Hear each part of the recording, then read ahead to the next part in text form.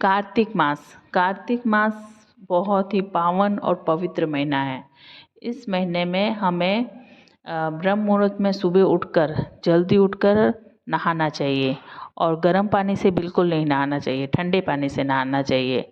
अगर आपके आसपास सरोवर है तो ठीक है, और यदि सरोवर नहीं है तो आप बाल्टी में थोड़ा सा गंगा जल मिक्स करके नहा सकते हैं।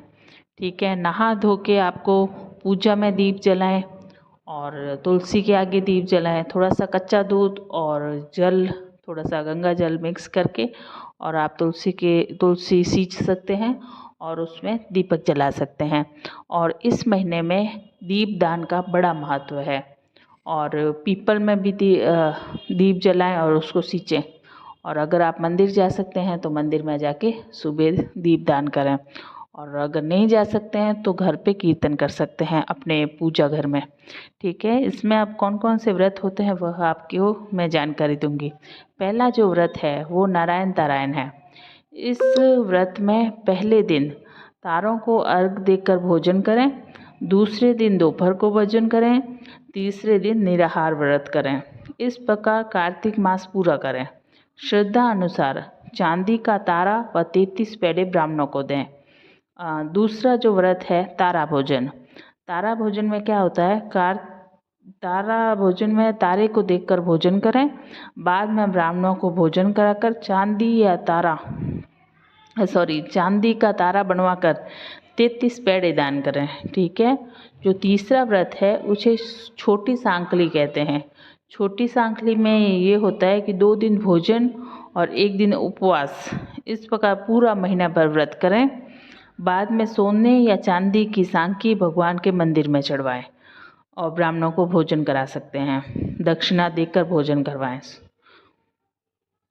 और बड़ी सांकली, इस व्रत में 2 उपवास और 1 दिन भोजन करें। अंत में चांदी या सोने की सांकली भगवान के मंदिर में चढ़ाएं और ब्राह्मणों को भोजन करवाएं। श्रद्धा पूर्वक दक्षिणा दें, 10, 20, 50 जितनी आपकी श्रद्धा है। और वो एक व्रत होता है एकातर व्रत। एकातर व्रत में ये होता है 1 दिन भोजन और 1 दिन उपवास, इस प्रकार पूरे महीने भर तक व्रत करें। अंत में ब्राह्मणों को भोजन करा के दक्षिणा दें। और व्रत होता है चंद्रायन व्रत। चंद्रायन व्रत में क्या होता है, यह व्रत है ना पूर्णमासी से उत्तरते कार्तिक की पूर्णमासी तक चंद्रायन व्रत किया जाता है। पूर्णमासी को उपवास करने के बाद एकम के दिन से हलवे का केवल 1 ग्रास, हलवे का 1 ग्रास तथा दूज के दिन दूसरा ग्रास, तीज को तीसरा ग्रास, इस प्रकार 1-1 ग्रास बढ़ाते जाएं अमावस तक। ठीक है, फिर अमावस तक 15 ग्रास खाना चाहिए। ठीक है, 15 अमावस तक 15 दिन हो गए। अमावस के दूसरे दिन से 1 ग्रास कम करते हुए, मतलब जैसे बढ़ाए हैं उसे वैसे वैसे घटाते जाएं। ये घटाते घटाते फिर पूर्णिमा तक वापस 1 ग्रास तक आ जाना चाहिए। ठीक है, चंद्रमा रोहिणी की मूर्ति बनाकर हवन कराएं और गादी, तकिया, रजाई, 5 बर्तन, धोती, कुर्ता, साड़ी, ब्लाउज आदि सुहाग की समस्त सामग्री रखकर ब्राह्मणों को जोड़े से भोजन कराकर दान देवें। ये चंद्रायन व्रत है। ठीक है, और व्रत होता है तुलसी तिरायत व्रत। आंवला नवमी से 11 तक 3 दिन तक निराहार उपवास करें और 3 दिन तक भगवान के समक्ष अखंड ज्योत जलाएं और 11वें दिन राधा दामोदर के साथ तुलसी जी की शादी करवाएं। 12 के दिन ब्राह्मणों को जोड़े से भोजन कराएं। इसमें 3 जोड़ों को भोजन कराकर यथाशक्ति दक्षिणा दें। उसके पश्चात सवे भोजन करें। प्रदोष व्रत, कार्तिक मास में और एक व्रत होता है प्रदोष व्रत। महीना भर तक शाम के 5 बजे भोजन करना, बाद में ब्राह्मण भोजन कराएं, चांदी का तारा बनाकर दान करें। ठीक है, और फिर व्रत होता है अल्लूना पाव भर खाना।